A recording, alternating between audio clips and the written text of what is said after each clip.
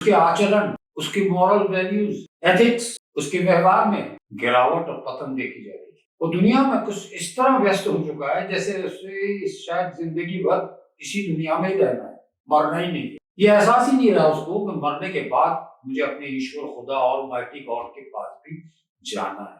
रूहानियत, spirituality, अभौतिक जीवन के संदर्भ में आज का इंसान पूरी तरह कंगाल और बैंकक्रप्ट हो चुका है, पूरी तरह ईश्वर को भुला चुका है और इसी के कारण कई समस्याएं, प्रॉब्लम उसके जीवन में उत्पन्न हो रहे, पैदा हो। तो दोस्तों, नौजवानों, बहनों और बेटियों, आज की सेशन का टॉपिक, शीर्षक जो है ह्यूमन लाइफ की ट्रेजेडी, मानव जीवन की दुखांत और उसकी विपत्ति है। इस विषय पर मैं कुछ बातें आपके सामने रखूंगा। ये दुख, जो गम, ये पेन, ये एंजाइटी, ये सौरो, इसकी वास्तविकता क्या है, इसकी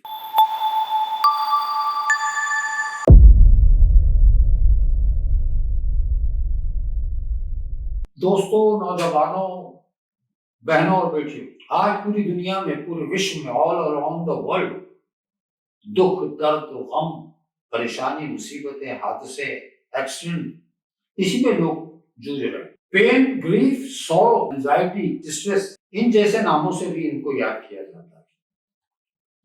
21st सेंचुरी, 21वीं शताब्दी का आज का इंसान पूरी तरह मटेरियलिज्म का शिकार हो चुका है, यानी धन दौलत की प्राप्ति में पूरी तरह व्यस्त और लीन और इन्वॉल्व हो चुका है। उसका एक ही उद्देश्य है कि मेरी दुनिया और दुनिया में जो मेरी लग्जरियस लाइफ है उसमें बस आगे बढ़ता जाए। तो हम देख रहे हैं कि इंसान जिस कदर तरक्की और उन्नति करता जा रहा है, प्रोग्रेस करता जा रहा है, उस कदर उसके साइड इफेक्ट भी अब सामने आने लगे। यानी उसके अखलाक, उसके आचरण, उसकी मॉरल वैल्यूज, एथिक्स, उसके व्यवहार में गिरावट और पतन देखी जा रही है।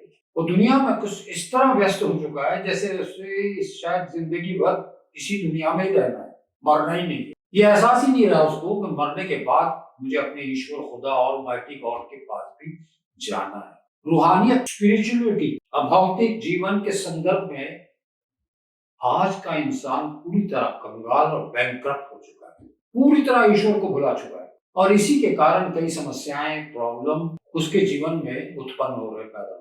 तो दोस्तों, नौजवानों, बहनों और बेटियों, आज की सेशन का टॉपिक, शीर्षक जो है ह्यूमन लाइफ की ट्रेजेडी, मानव जीवन की दुखांत और उसकी विपत्ति है। इस विषय पर मैं कुछ बातें आपके सामने रखूंगा। ये दुख, जो गम, ये पेन, ये एंजाइटी, ये सौरो, इसकी वास्तविकता क्या है, इसकी फैक्ट क्या है, रखूंगा। और अंत में दुखों और गमों को दूर करने के कुछ उपाय भी रखूंगा और कुछ टिप्स भी दूंगा। तो आइए, सबसे पहले हम अपने ईश्वर खुदा और ऑलमाइटी गॉड की डिवाइन ब्लेसिंग, उसकी रहमतें, उसकी अपार कृपा और उसके वरदान को याद, जो उसने हम पर किए हैं। हम देखेंगे कि फिजिकली हम हेल्थी है, फिट है, खाना, कपड़ा, मकान, सवारी, 2 व्हीलर, 4 व्हीलर, सब कुछ हमारे पास है। हम अपने 2 पैरों से चल फिर सकते हैं, 2 हाथों से काम करते हैं, दौड़ सकते हैं।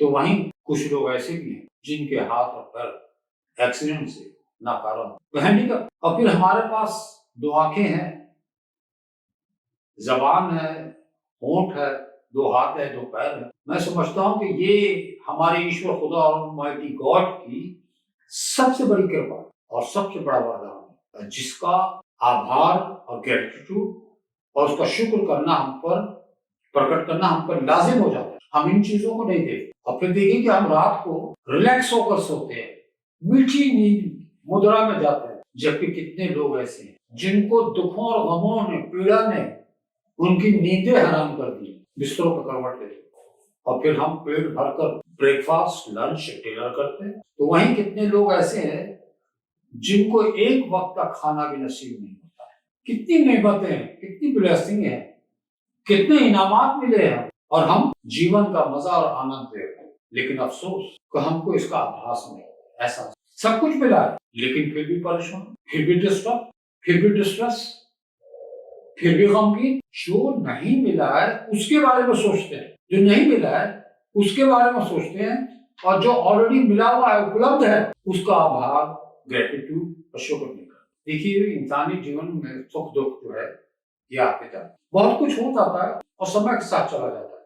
तो भाई, जो गुजर गया सो गुजर गया, जो होना था हो गया। अब फिर भूतकाल में, पास्ट में जीना या फ्यूचर की, भविष्य की फिक्र करना, गमों को याद करना और उनका शोक करना, कंडोलेंस करना, मैं समझता हूँ एक किस्म की ये मूर्खता और स्टुपिडिटी है। जो होना था तो हो गया। दरअसल इस तरह इंसान गमों को याद करते करते करते होता ये कि उससे इरादे जो है, ह्यूमन इंटेंट जो है, वो कमजोर और वीक हो जाते हैं और फिर जीवन में आने वाली जो समस्याएं हैं, प्रॉब्लम्स है, उनको फेस करने, उनका मुकाबला करने में वो असमर्थ हो जाता है और धीरे धीरे उसके जीवन का सुख जो है वो चला जाता है।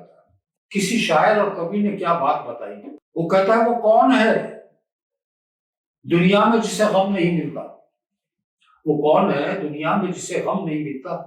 किस घर में खुशी होती है मातम नहीं होता? आप बताएं। जहाँ खुशियां हैं वहां फिर आप ध्यान रखेंगे एक दिन कोई बुरी खबर भी होगी, जो गम की खबर भी आई। तो ये जो है सुख दुख, खुशी और गम, ये ह्यूमन लाइफ और मानव जीवन का अटूट हिस्सा है जो समय के साथ साथ आते जाते रहते हैं।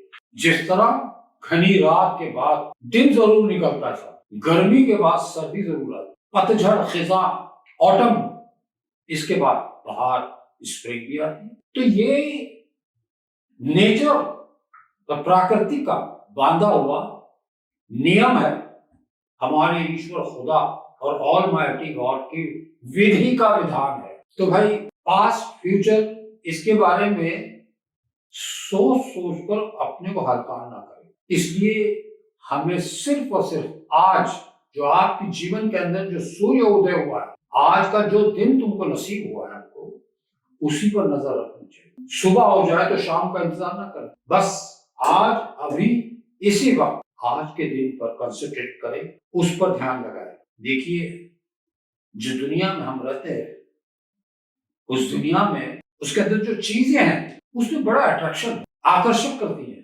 मनमोहक है, आदमी उसकी तरफ खींच कर चला जाता है और फिर उसी का हो जाता है और इसी से रिसेंटमेंट पैदा होता है।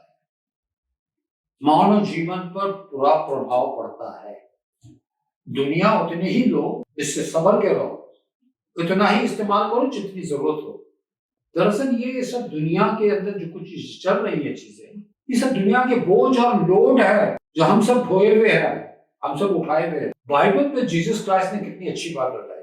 जीसस क्राइस्ट कहते हैं कि लोगों, तुम दुनिया के बोझ उठा उठा के तुम थके जा रहे हो, दबे जा रहे हो, अब इस बोझ को कम करो, आओ मेरा बोझ उठा लो, बहुत हल्का है। यानी तुम्हारी ये जीवन भी और मरण उपरांत का जीवन भी तुम्हारा कामयाब हो जाए। तो ज्यादा दुनिया से मोह मत लगाओ और उससे थोड़ी दूरी बनाए रखो, जितनी जरूरत है उतनी है। दुनिया बड़ी खूबसूरत लगती है, लेकिन सही मानो में इसकी वास्तविकता यह है